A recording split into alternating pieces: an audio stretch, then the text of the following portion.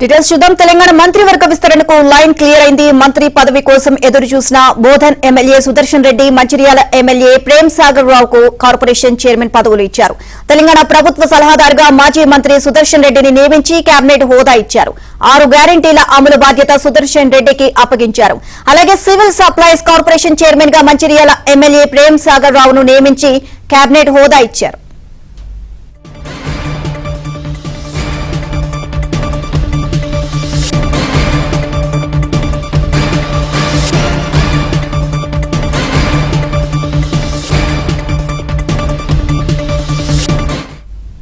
ఇదే అంశానికి సంబంధించి మరిన్ని అప్డేట్స్ మా కరెస్పాండెంట్ నర్సింగ్రావు నాడి తెలుసుకుందాం. నర్సింగ్రావు, క్యాబినెట్ విస్తరణ జరిగిన రోజే ప్రభుత్వము మరొక కీలకమైనటువంటి నిర్ణయాన్ని తీసుకుంది. ముఖ్యమంత్రి రేవంత్ రెడ్డి కీలక నిర్ణయాన్ని ప్రకటించారు. అందులో భాగంగా మాజీ మంత్రి బోధన్ ఎమ్మెల్యే సుదర్శన్ రెడ్డికి ప్రభుత్వ సలహాదారుగా నియమిస్తూ ఆదేశాలు జారీ చేశారు, ఉత్తర్వులను జారీ చేశారు. ఆయనకి కేబినెట్ హోదా కల్పించారు. సో అన్ని ఫ్లాగ్షిప్ ప్రోగ్రామ్స్, ప్రభుత్వానికి సంబంధించినటువంటి సంక్షేమ అభివృద్ధి కార్యక్రమాలని ఆయన నేరుగా రివ్యూ చేసేటువంటి అధికారాన్ని ఆయనకి కట్టబెట్టారు. అందరూ జిల్లా కలెక్టర్లతో, హెడ్ ఆఫ్ ది డిపార్ట్మెంట్స్తో ఆయన నేరుగా సమీక్షలు నిర్వహించేటువంటి అధికారాన్ని ఆయనకి కల్పిస్తూ, క్యాబినెట్ హోదాను కల్పిస్తూ ఆయనకి అధికారాలని కట్టబెట్టారు. ఇక మరొక నాయకుడు మంచిర్యాల ఎమ్మెల్యే ప్రేమ్ సాగర్ రావుకి food and civil supplies corporation చైర్మన్గా నియమించారు. ఆయనకు కూడా క్యాబినెట్ హోదాను కల్పించారు.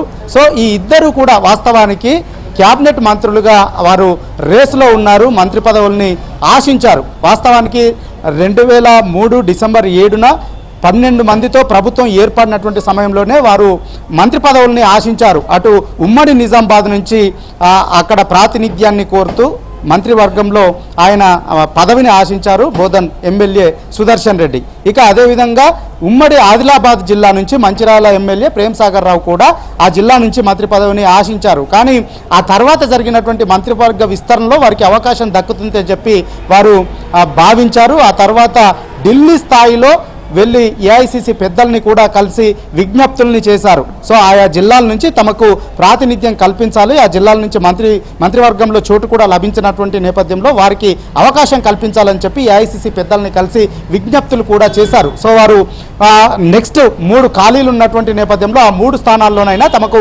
అవకాశం కల్పించాలని చెప్పి కోరారు అధిష్టానం పెద్దల్ని. కానీ అధిష్టానము మాత్రము ఈ సామాజిక సమీకరణల లెక్కల్ని చేసినటువంటి నేపథ్యంలో ఆ లెక్కలు కుదరకపోవడంతో వారు కీలకమైనటువంటి నిర్ణయాన్ని ఏఐసిసి పెద్దలు తీసుకున్నారు. ఒకవైపు కాంగ్రెస్ అధిష్టానము ఇటు బీసీలకు పెద్దపీట వేస్తున్నామని చెప్తున్నటువంటి సందర్భంలో బీసీలకు అవకాశం కల్పించకుండా ఇటు మళ్ళీ రెడ్డి సామాజిక వర్గానికి సంబంధించి, వెల్మ సామాజిక వర్గానికి సంబంధించి ఈ పదవుల్ని కట్టపెట్టడము, క్యాబినెట్లోకి తీసుకోవడం అనేటువంటిది సమంజసం కాదు అని చెప్పి అధిష్టానం భావించింది.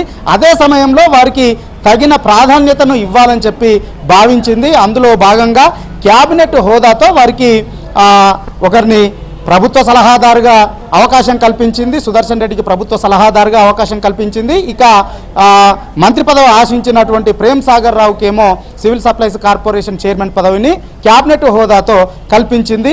ఇక దీంతో ఈ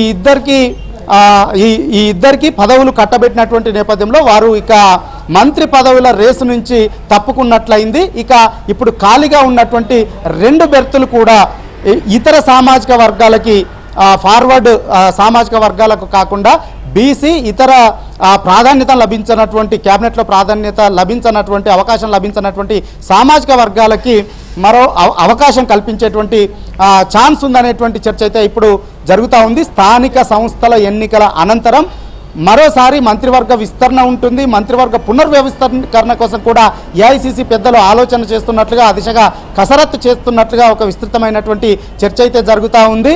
సో అందులో ఈ 2 ఖాళీ, ఇప్పుడు అజారుద్దీన్ ఈరోజు ప్రమాణ స్వీకారం చేసినటువంటి నేపథ్యంలో 16కు చేరింది క్యాబినెట్ సంఖ్య. ఇంకా 2 బెర్తులు ఖాళీగా ఉన్నాయి.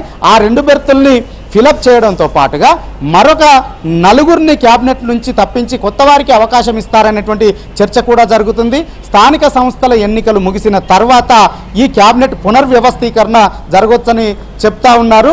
సో ఈ క్యాబినెట్ విస్తరణలో ఎవరికి పునర్వ్యవస్థీకరణలో ఎవరికి అవకాశం లభిస్తుంది అనేటువంటిది మాత్రము ఇప్పుడు ఆసక్తిగా మారింది. సో స్థానిక సంస్థల ఎన్నికల తర్వాత మాత్రము ఖచ్చితంగా పునర్వ్యవస్థీకరణ ఉంటుంది.